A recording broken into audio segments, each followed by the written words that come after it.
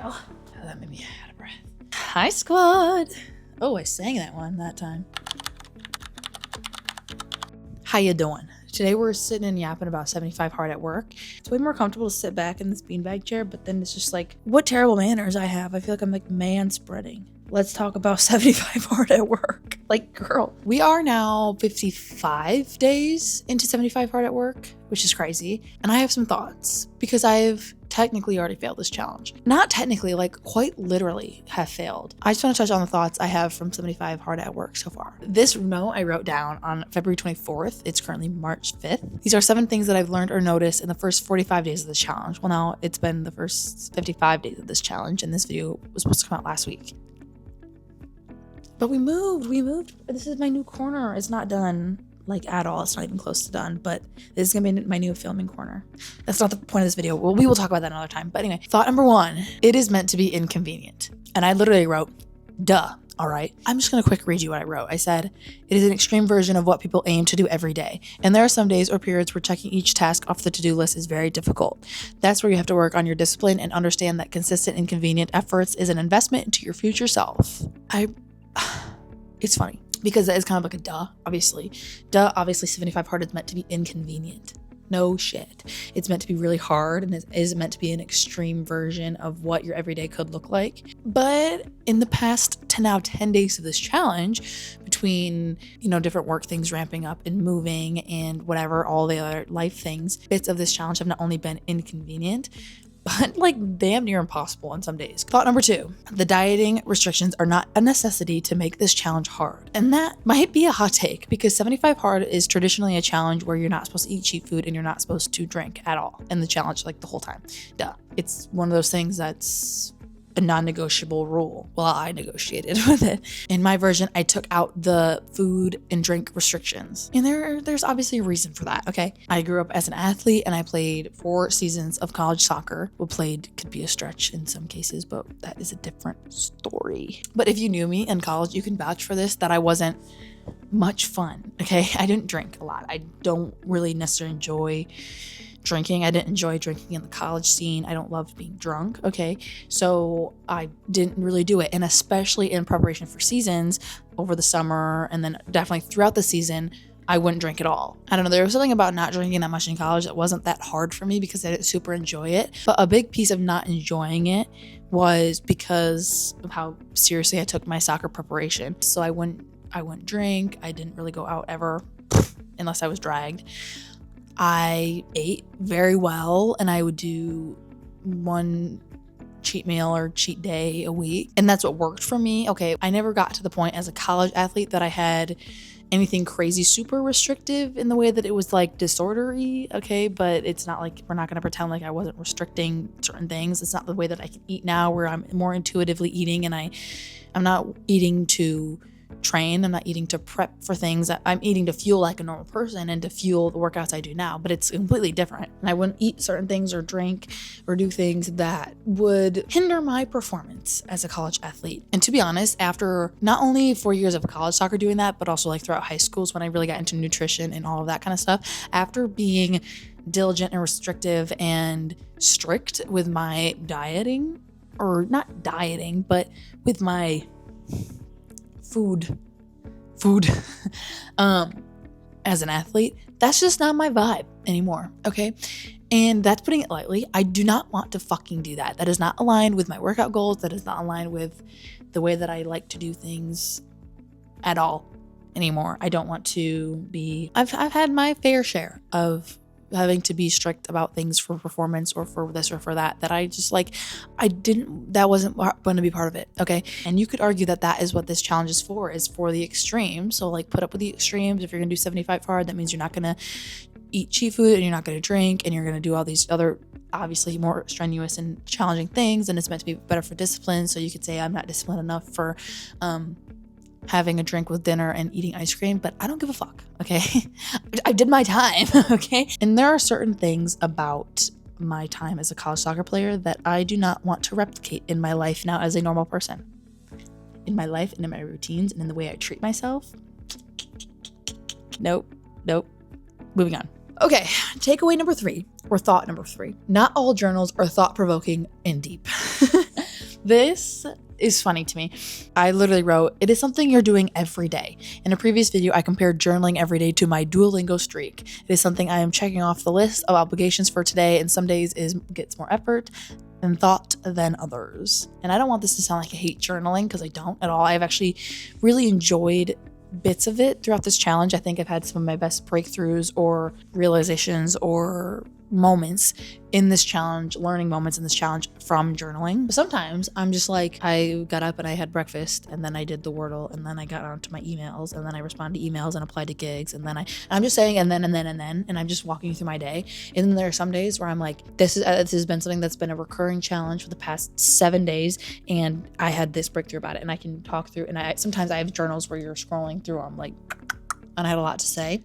Sometimes not. So like if you're journaling every single day, sometimes it's just like I'm just doing the bare minimum to have it count as a journal and to move on. They're not all like the most amazing, thought-provoking, deep discussions with myself and in my brain. No.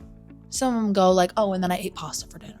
I do see the benefit of journaling, and I do think I will continue to journal post this challenge, but not every day. I do see the benefit in doing it every day, but for me, I don't know. Maybe I'm having terrible takes this video. I can't tell. I do think though that on some days where I didn't want to journal, but I journal anyway, obviously, that I did uncover something, or I did kind of get to talk through something that maybe I wasn't going to talk through or think through or do whatever. And then I'm like, oh, well, that actually turned out to be worth the time and energy and, typing. But some days I'm just like, wah. Okay, thought number 4. I've gotten so much better at my job throughout the course of this challenge so far. That is because getting reps in is how you get better at making content.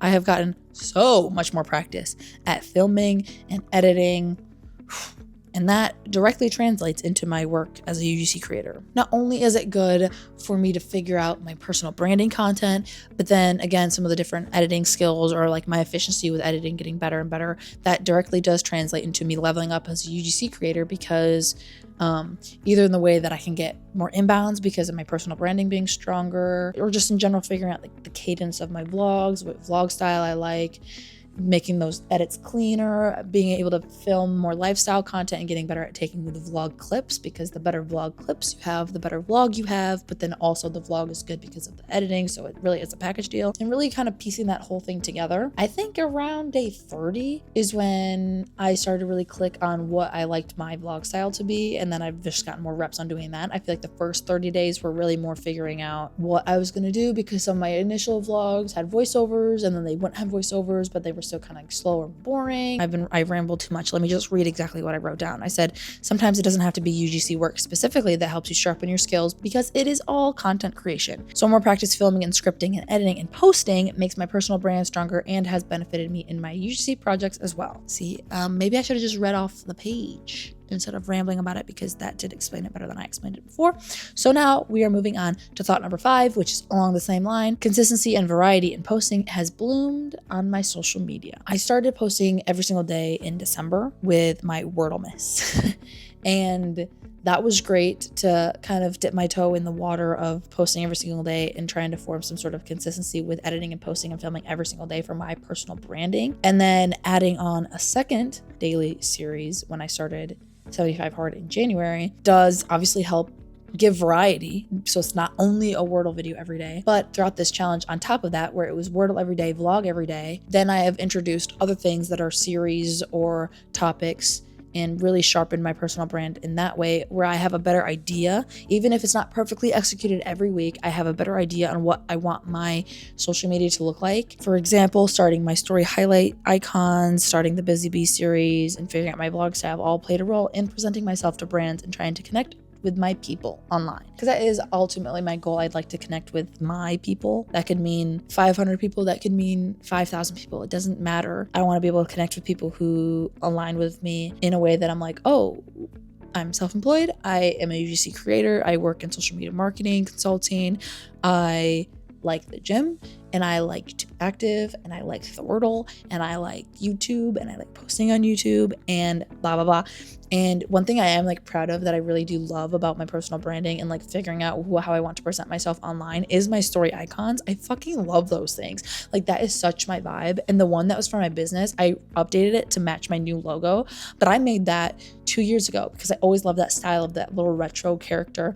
And then I found on Canva the other retro characters that could align with all the other pillars of my content. So each story icon aligns with a word in my bio, and all of those should be pillars that you can see throughout my content. And that has really helped me like get the vision on, even after this challenge or whenever, all the time, any given week. My goal is that you can click my page and you can get a bit of each of those pillars, at least one post every week of every pillar. Thought number 6. This challenge gave me a starting point on my YouTube channel. That is something I obviously love about this challenge. I said in my notes, I have always loved YouTube. It has always been something I found comfort and community in. I have the creators that I love, and it has always been something I wanted to do. This helps scratch an itch. I love working on these videos. I'm proud to be putting one out every week. This part's funny because this video is a week late, but I do think that is so fun. Like, this has been the start of my YouTube channel. I love YouTube. I'm on it every single day. I watch YouTube more than I watch TV. I watch YouTube more than I listen to music. I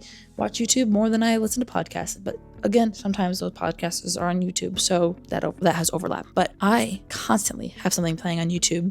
I have all my comfort creators. I have the people that I love and I constantly circle back to. I get hyper fixated on certain creators or groups and I go ham. I'm actually gonna let you in on a little inside scoop about me. I love Sidemen Among Us videos. I love Emma Chamberlain. I love Tana Mojo, and I've been re-listening to Cancelled. When I was sick in January, I rewatched all of Dude Perfect's overtime videos, and I am 15 years above their demographic. Santagato Studios, Joe Santagato, Frank Alvarez, Basement Yard, all of it. I love them. Who else do I love? We're gonna open my YouTube. There's literally one I was watching earlier, a Santagato Studio video. Let's see what else I've been watching. Oh, Brittany Broski. I love her. I love her. I love her videos with Trixie Mattel, obviously. How could you not? A lot of Sidemen Among Us. And Emma Chamberlain is just, I love her so much. Thought number 7. Reading/producing scrolling time has been a massive benefit of this challenge. This one has a long note on it, all right? I might have to read some of this verbatim.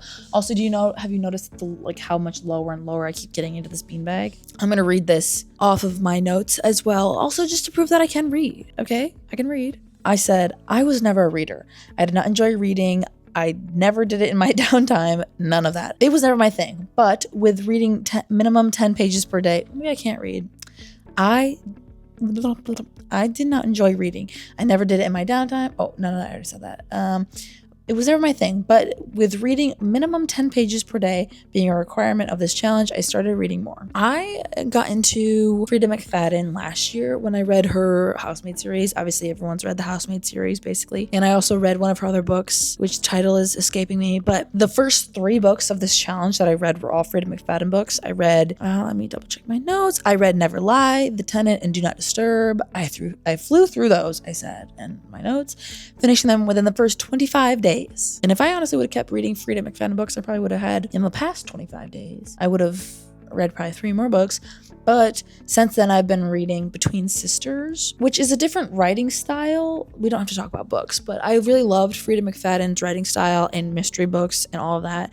And this new book, I wanted to try it because it's a different author and a whole different style. So it's like, am I a reader? Am I just a mystery book reader? So I kind of feel like I'm just a mystery book reader, low key. Except for I am getting into it more now. I'm like halfway through this book, but it has been more of the vibe. Well, plus with everything else going on, that I really only was reading the minimum amount of pages per day because I was like only half into the book and also just like busy. Whereas like when I was like snowed in January, I could read the whole second half of a Frida McFadden book in one day and not get sick of it. So, but in general, back to the main point about reading, I am not a reader, and I was like, I became like a reader. Like that's what I would do. I would do it beyond my minimum pages. I really enjoyed reading, and it did get me off my phone. It got me to stop scrolling. Now I keep my scrolling to be work related only. I try to. anyway, which is good. And the other things I've discovered in this challenge that have also stopped my scroll: puzzles. Not a physical puzzle though. That would be too far. That would be too good. Okay. It's still a puzzle on a screen. And I'm still like, it's still my brain. So I still need to be stimulated in like 4 ways, but I listen to my podcast while I do my puzzle, and that is my ideal downtime. Okay. It's fantastic. I freaking love it. Okay, now to a little bit of honesty. This is day 55. Currently, what is today? March 6th.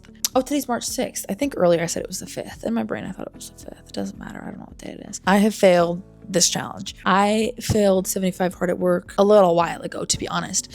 There was one time, I forget what day, weeks ago at this point now, that I did miss a journal, and I did the journal the next day. And that was my only slip up this whole time. And then we get into the past 10 days, and I probably haven't read in the past 10 days. I skipped a handful of journals that then I had to catch up on. I have not lifted in a week, and I probably have not gotten my gallon of water. This YouTube video is a week late instead of it being supposed to be one video every week. And 2 days ago was my first time not getting 10,000 steps. Like normally, if all else fails, I'm getting my steps.